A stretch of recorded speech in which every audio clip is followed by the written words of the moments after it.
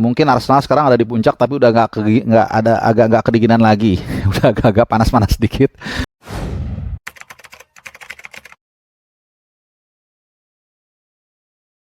Ya, selamat hari Senin teman-teman semua. Kembali kita akan bahas soal perbolaan. Di video gue terakhir gue bahas soal Liga Indonesia, PSM sama Bung Tio, dan animonya juga luar biasa dan banyak masukan untuk lebih sering bahas Liga 1. Oke, I will do it. Jadi karena gue juga bawa Liga 1 play by play di UCTV IndiHome, jadi sayang juga sebenarnya kalau informasi-informasi yang gue dapet, yang gue bawakan itu tidak diterjemahkan di sini ya. Jadi terima kasih untuk masukannya. Gue janji akan lebih banyak bawa Liga 1, apalagi kalau musim depan gue tetap dipercaya untuk membawa Liga 1 ya. Semakin seru mudah-mudahan. Oke, kita ngopi dulu ya. Jadi ini gue rekam pas jam buka puasa.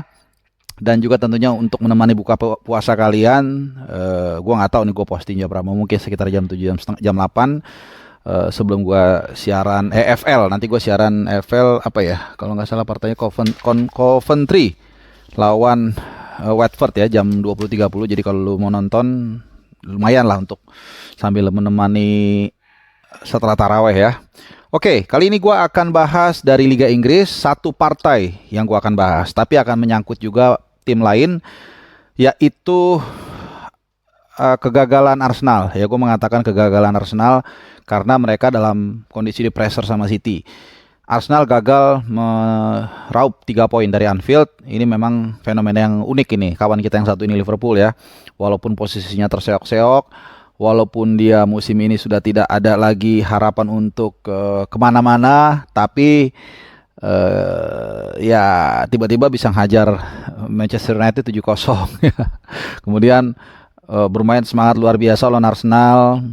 Ya tapi ya itulah sepak bola ya. Jadi kita cari serunya juga, bukan udah nggak ada apa-apa terus kemudian main-main. Nah, kemarin pertandingannya seru banget, bagus banget. Dan menurut gua Liverpool layak mendapatkan 1 poin lawan Arsenal. Dan balik lagi kalau kita lihat posisi Arsenal sekarang agak tertekan ya, jadi 50-50. Makanya beberapa kali gue mengatakan Arsenal ini punya potensi juara, iya, tapi belum juara. Ya kan berkali-kali gue konsisten mengatakan itu. Bukan karena gue mau, ya gue sebagai fans Arsenal pura-pura merendah ya, enggak. Karena memang udah berapa kali gue kasih contoh referensi dalam mungkin 25 tahun terakhir, itu tidak sekali dua kali tim sudah unggul jauh, bahkan sudah unggul double digit ya, sampai belasan, akhirnya kekejar. Nggak banyak tapi memang ada beberapa kali. Apalagi saat ini statusnya adalah new kids on the block, artinya Arsenal kan udah lama nggak juara lah. Jadi ini anak-anak yang masih muda, masih baru. Secara umum ya, tentu ada Gabjes dan juga Zizenko yang punya pengalaman di City.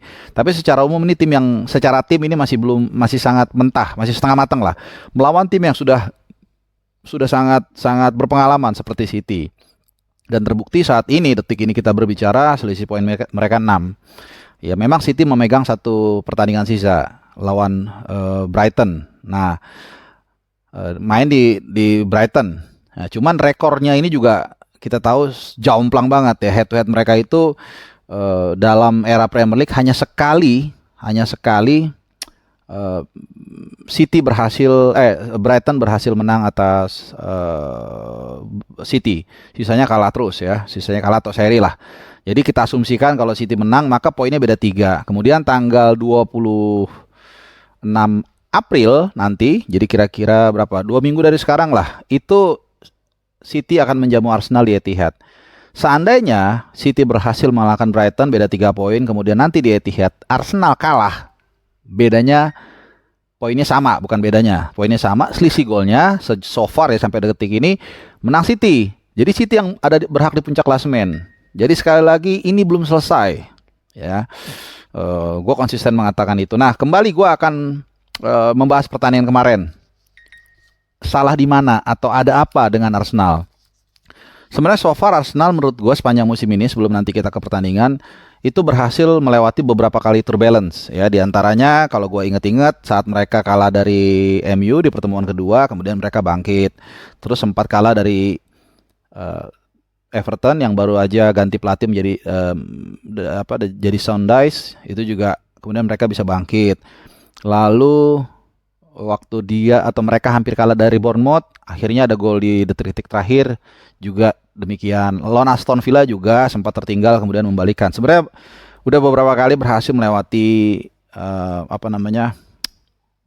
polisi tidur lah ya, tapi dan ini akan menjadi polisi tidur terakhir mereka 26 April nanti. Nah, kembali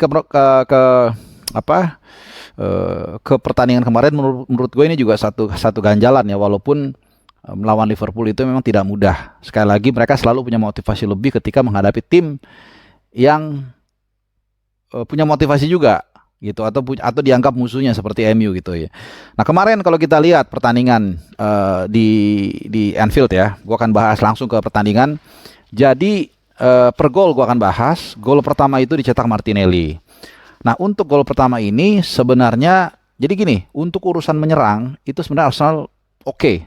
Ya, kalau gue bilang perfect mungkin nggak ada yang sempurna, tapi udah oke banget lah.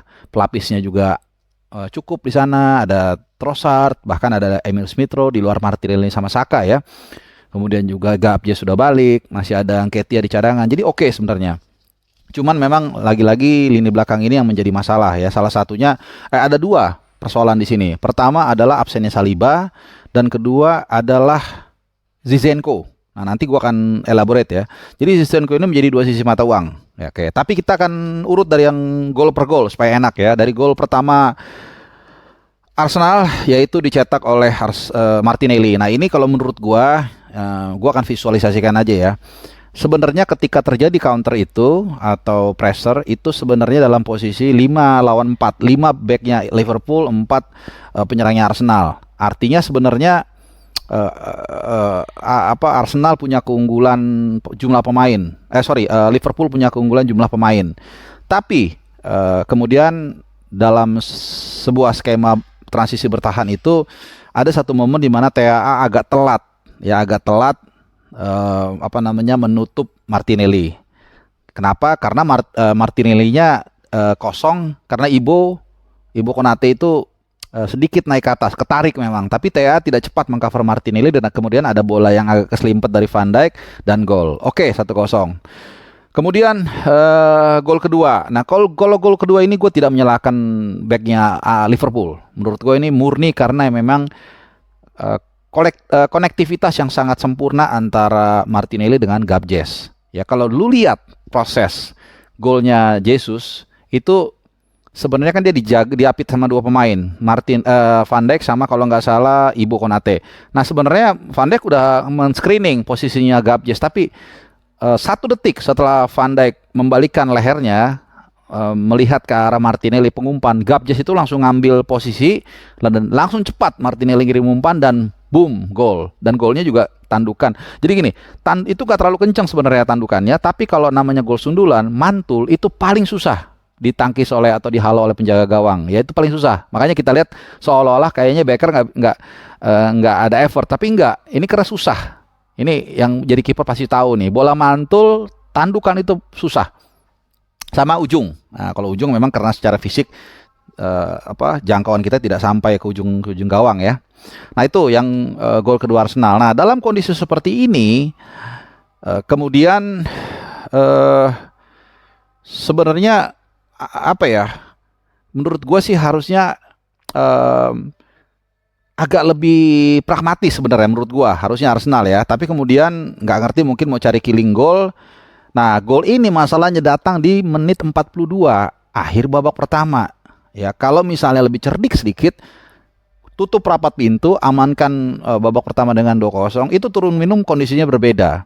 Selalu gue mengatakan gol yang terjadi di akhir babak pertama dalam head to head yang tipis seperti ini, entah imbang atau dalam keadaan tertinggal 0-1 kemudian disamakan, atau dalam kondisi 2-0 seperti ini kemudian diperkecil 2-1, itu nilainya yang mencetak gol itu ganda. Dalam hari ini Liverpool. Kemudian dia turun minum pasti dalam keadaan lebih percaya diri. Arsenal agak tertekan, sudah di atas angin, unggul 2-0, kemudian kebobolan di menit terakhir lah di babak yang pertama. Dan golnya ini kalau lu lihat dengan cermat, sebenarnya ada salahnya Zinchenko. Nah ini dia yang gue bilang, harusnya kalau udah tahu mau mau mengamankan 2-0, ya bermain bertahan aja udah. Amankan 2-0, nanti babak kedua cerita lain soal. Nah jadi ketika golnya Liverpool itu berlangsung, sebenarnya kan itu ada crossing dari Andre Robertson kalau nggak salah ya. Nah kemudian Zinchenko-nya tuh ketarik. Tadinya dia udah nempel si Hendo, kemudian dia ketarik ke tiang dekat lah ya, ke arah Ramsdale. Dan kemudian Hendo itu dapat bola di tapping sedikit lah ke arahnya Salah, dan Salah langsung tapping ke dalam gawang Ramsdale. Itu udah nggak bisa ngapa-ngapain Ramsdale. Nah kemudian udah nih 2-1 turun minum, babak kedua masuk ada penalti. Nah penalti ini menurut gue itu penalti betul ya, walaupun sekali lagi kontaknya memang moderat lah, tapi ada kontak, jadi nggak bisa dibilang penalti, itu memang penalti. Makanya wasit juga gue nggak tahu si wasit itu siapa kemarin tuh ya, yang botak kepalanya, Tierney ini sama backnya kirinya Arsenal sebenarnya satu marga ya, satu fam. Kemudian dia memang dengan yakin langsung menunjuk titik putih. Nah ini yang menarik ya, jadi sebenarnya Ramsdale udah salah nebak ya, dia mikir akan ke tengah. Makanya dia agak terlambat gerak ke kanan. Jadi dia mungkin berpikir kayaknya kemungkinan ada di tengah. Tapi kemudian dia bergerak ke kanan, agak telat memang, tapi bolanya juga out. Nah ini memang ciri khasnya Mohamed Salah. Dia seingat gua banyak ya, nggak tahu mayoritas atau enggak, tapi banyak itu dia memplacing bola itu atau menaruh bola itu biasanya ke bawah, agak low, ke ujung kanan kiri. Tidak terlalu kencang memang. Itu ciri khas dia. Kalau lu ingat waktu 2019 lawan Spurs kan juga gitu, ke gawangnya Hugo Lloris ya. Jadi ini satu ciri khas yang mungkin nggak bisa dirubah atau memang sudah kebiasaan. Nah, oke. Nah di sini mental Arsenal naik. Nah tapi lagi-lagi ya ada gol penutupnya Liverpool yang menurut gua diawali dari kesalahan Zinchenko juga ya di sebelah kiri. Kemudian ada pergerakan dari TAA, kemudian dikolongin di nutmeg yang sebenarnya kalau gue lihat ya, ini kan udah menit 80-an akhir ya. Jadi udah mulai capek, dia udah mulai gak fokus, terlalu naif cara jaganya, terlalu polos, sehingga akhirnya di nutmeg, dikolongin sama si TAA, kemudian di umpan parabol begini ya, dan langsung ditanduk sama Firmino dan 2 sama ya. Jadi sekali lagi menurut gue Zinchenko melakukan satu blunder yang kesalahan yang mungkin tipis, tapi memang itu buah dari resikonya Arsenal yang bermain menyerang. Jadi sehingga dalam 5 pertandingan terakhir di Premier League, mereka hanya 1 kali mencatatkan clean sheet ya. Jadi waktu lawan